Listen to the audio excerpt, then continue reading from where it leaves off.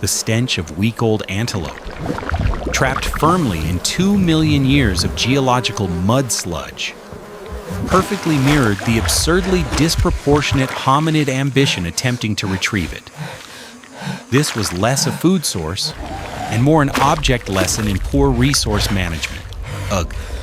A Homo habilis male who clearly missed the evolutionary memo on prioritizing fight or flight over fabric care was already sinking past his knees.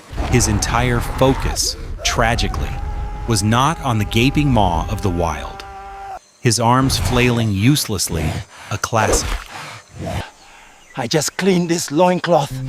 Here's the good root paste. The triple action one. You have got to be kidding me. This is literally the worst Monday ever. And I had a meeting with the elders this afternoon about my quarterly tuber quota.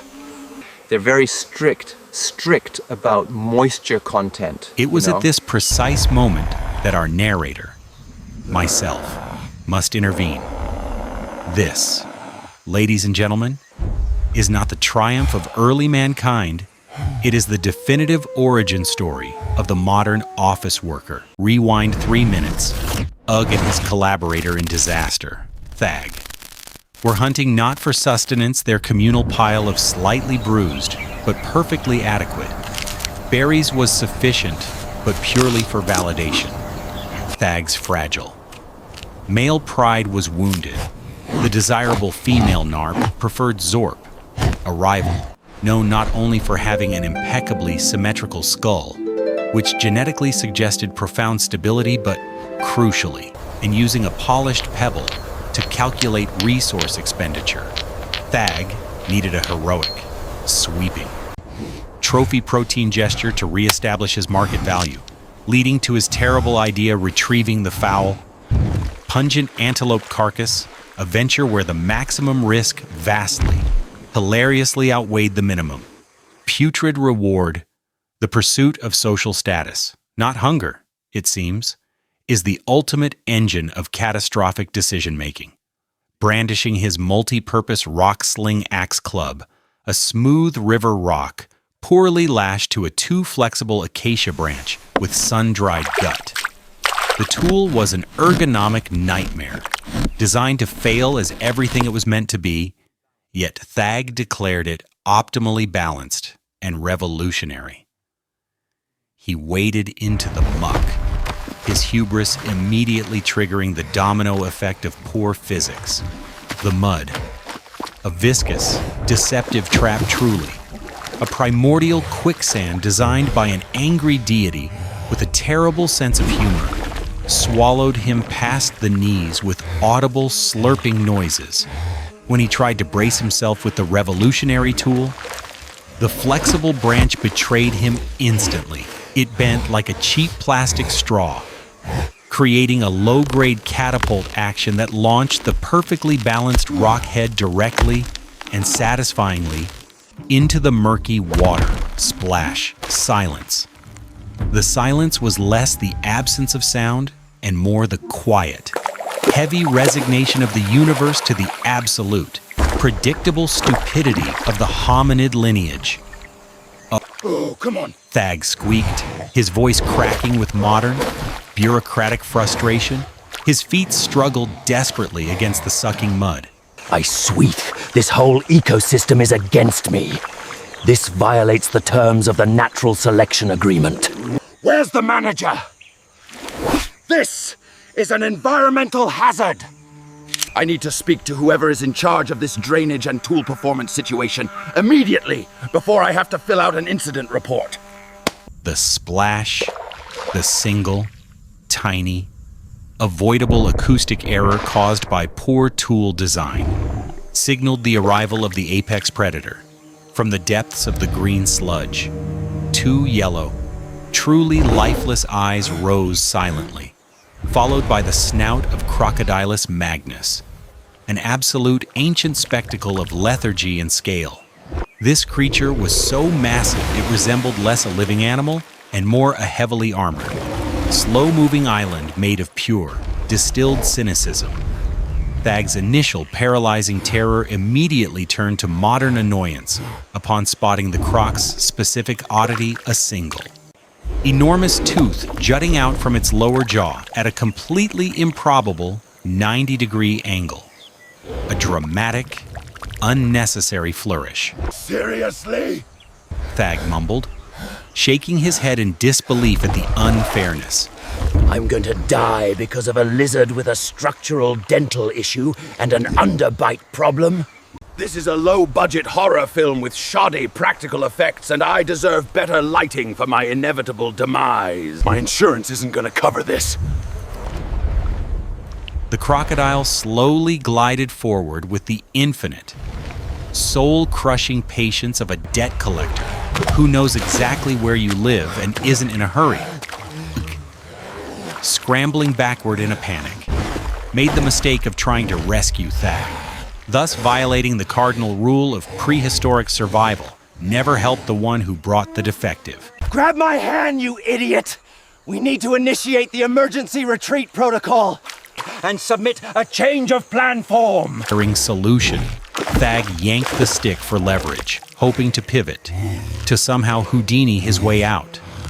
The mud suction combined with the violent pull, however, resulted in the violent ejection of Thag. He was yeeted backward in a fantastic, parabolic spray of primordial mud and poor life choices, the acacia branch ripping free and whipping forward like a prehistoric trebuchet launching pure, unadulterated chaos. The money shot, the rock head, the despised callback element from the start, arsed with an almost celestial, physics-defying precision.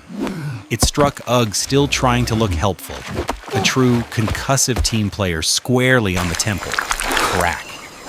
The sound was less impact and more the instantaneous cessation of all critical thinking processes.